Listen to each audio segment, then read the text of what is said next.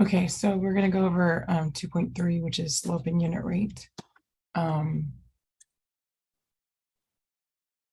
the first one, it says a rate is a blank that compares two quantities with different units.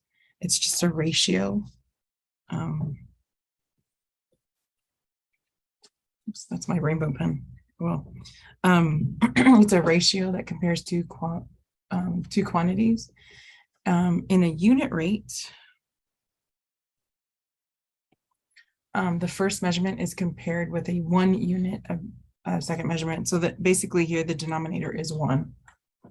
And you can find the unit rate by dividing. Okay, so fill in the blanks and circle the correct words. So slope is the steepness. This is something that we talked about last time. It's the steepness of a line, and slope equals the rise divided by the run. We talked about that last time. Rise divided by run for any 2 points on the line. The rise is the vertical distance, which makes sense because when you rise, you're going vertically. And the run is the horizontal distance, which means basically you can only run horizontally. You can't run up and down a building, right? So the actual formula is y2 minus y1, x2 minus x1. So there goes the actual formula. So make sure you have access to this whenever you're taking a quiz or test, because this needs to be something that is readily available to you.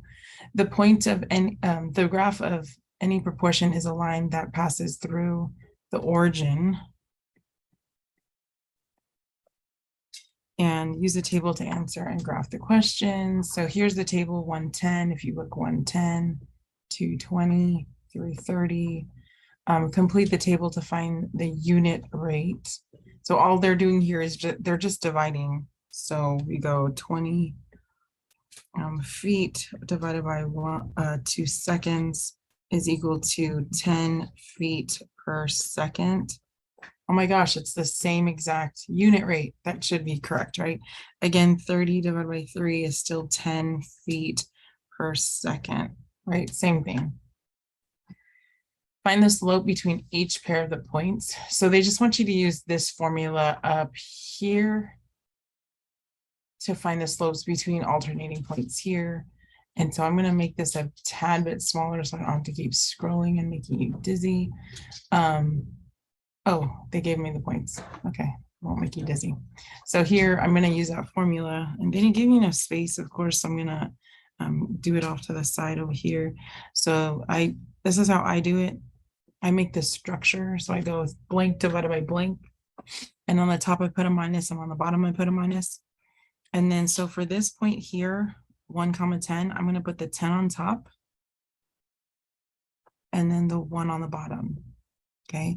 Similarly, I'm going to do that 330 here and here. So 10 and 1. See, the 10 goes on the top and the 1 goes on the bottom. And similarly, we put our 30 on top and our 3 on bottom. And when we subtract those things, I'm going to write my answer over here. When we subtract those, we get negative 20 over negative 2, which that's fine because that's still just 10. My slope is still 10. And this thing is not catching up. So let me play around with this real quick. There it goes. So if you were following along with me, the 10 goes up here, the 1 goes down here because the y's go on the top, right? So this again is the rise. These are my rise numbers over my run numbers. Okay, so I want you to think these are my y's and then these are my x's. Okay, so just keep that in mind. I'm going to do the same thing here, except for actually go ahead and pause the video, and then I'm just going to show you the answer to this because it should still be the same. I'm not going to show you the formula. You should be able to check that on your own. There's nothing difficult about slope. All you're doing is subtracting and then dividing. You just have to remember where to put everything.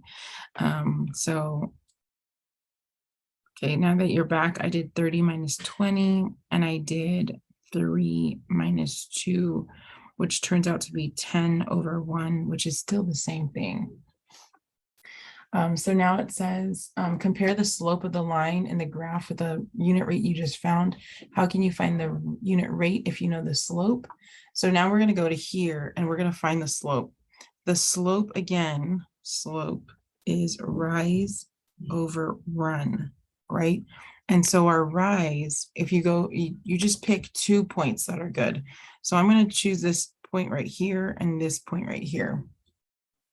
So I have to figure out how many floors to rise. Like pretend I'm on an elevator. I need to figure out how many floors to rise. So I go like this and I count 1, 2, 3, 4. So that's up 4. And it's a positive 4 because I went up. So this is 4. Okay. And then I'm going to figure out how much I went over to the right or to the left. And because I went to the right, that's a positive number and it's positive 2. So positive 2. But when you're doing this, you also have to account for how far you went, right? So here we can't just count boxes. So that 4 needs to be kind of like manipulated because each box is not just worth 1. So I'm going to cross out that 4 and actually count by how much it is. So it looks like it's being counted by 5. So I'm going to go 5, 10, 15, 20. So I did this kind of wrong on purposey, so that you would see that I want you to count how far they are from each other, not just the boxes. So I'm going to count again. So I go 5, 10, 15, 20, which makes sense because that 4 is really, 4 units of 5, which that's why it's 20. So again, I'm going to put my 20 up here. 20 up here. And so then 20 divided by 2 is still my 10. The thing that you need to be cautioned about, and I'm making a big deal about this, is don't just count boxes, especially when our boxes aren't counting 1 unit. Here it was counting by 5 units. So big deal, right? But as you can see, I fixed my answer because look, 10 matches with 10. Okay. Complete the table to help you identify points on the graph for Quentin's run and Trey's play. So there's some context here from the actual lesson that I'm not going to go over.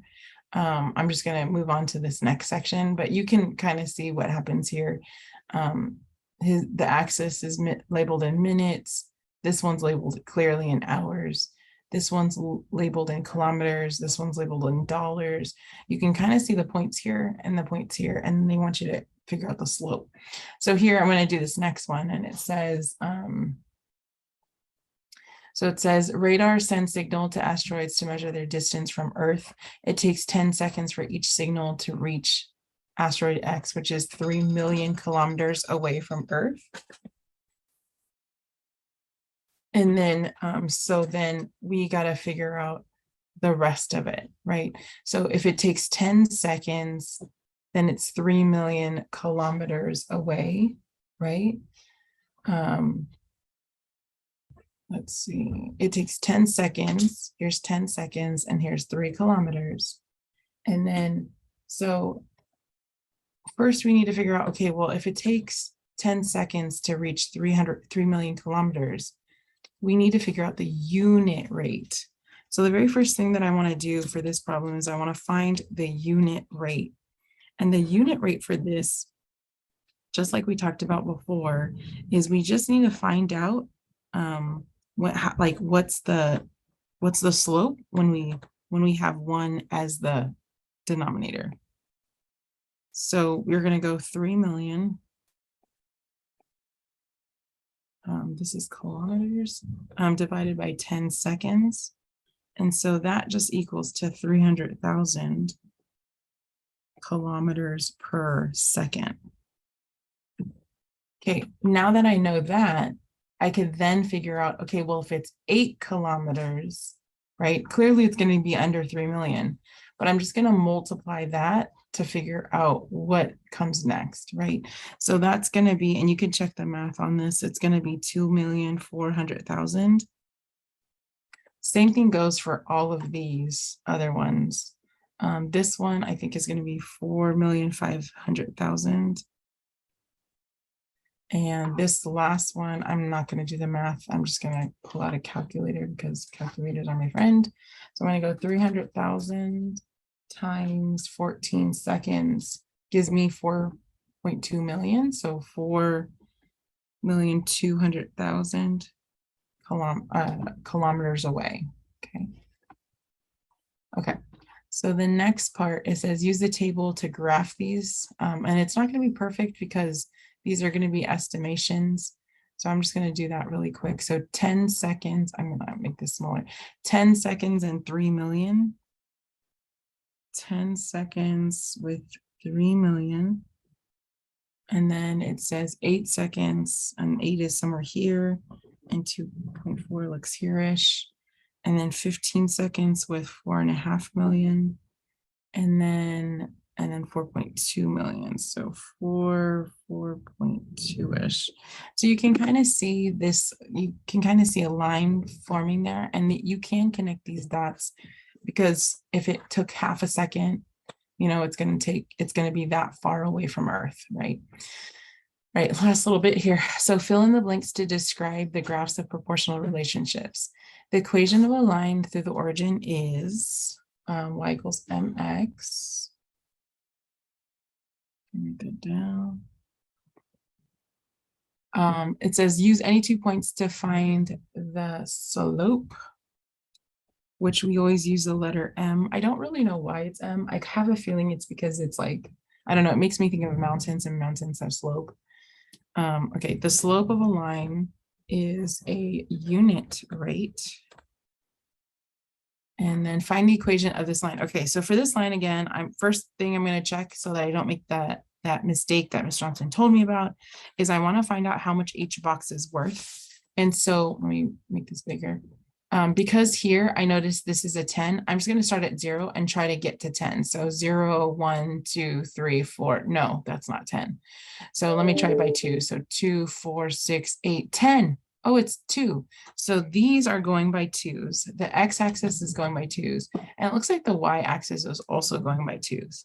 Okay, so I'm going to count my slope. I'm going to use the origin as 1 point. And I'm going to use this big O dot as my other point. So I'm going to count up. So 2, 4, 6, 8. So I went up 8, and that's a positive. And I went to the right 1 box, which is 2 units. So my slope for this is rise over run, which is just 8 over 2, which is just 4. Okay. And then it says find the slope using the origin in the 2, 8. I just did that. What's the equation of the line? Hint, use the form y equals mx. Okay, well, Ms. Johnson, I already found the slope. It's 4. So if m equals to 4, then that means my equation is just going to be y equals to, I'm going to put the 4 here, and then I'm going to put the x there. So this is your equation, okay? So y equals to 4x is your equation. So this says car A gets 30 miles per gallon while driving on the highway. That's really good. The gas mileage of a car B is shown in the graph. Compare the unit rates. Okay, so they want you to compare this to this car. And it says select any 2 points to find the graph of, to find the slope of the line. And so I'm going to do the same thing. So go ahead and pause the video and find the slope of the line. Okay, so now that you're back, m equals 2 rise over run. So I'm going to find my rise by counting up. And I'm not going to be tricked by my units on my graph. So it looks like each unit for the x-way is 0.6, 0.5, and each box on the y is 16. So I go up 2 boxes, which is a total of 32. And I went up, so it's 32. So that's plus 32. And I went right half a unit and half a unit, which makes a full unit. So I went over to the right 1. So there's my slope. It's 32 gallons, or sorry, 32 miles per gallon. 32 miles per gallon, right? So then it says, what's the gas mileage of car B? Well, you just found that. That's 32 miles per gallon. And then it says, which car has a higher gas mileage? Well, that's car B, right? Because car B has 32 miles per gallon versus car A, which is 30 miles per gallon. Good. And then which car's graph would have a steeper slope? Now, the steeper slope means who has a better gas mileage. Now that would be B. Good. All right. Hope you have a great day.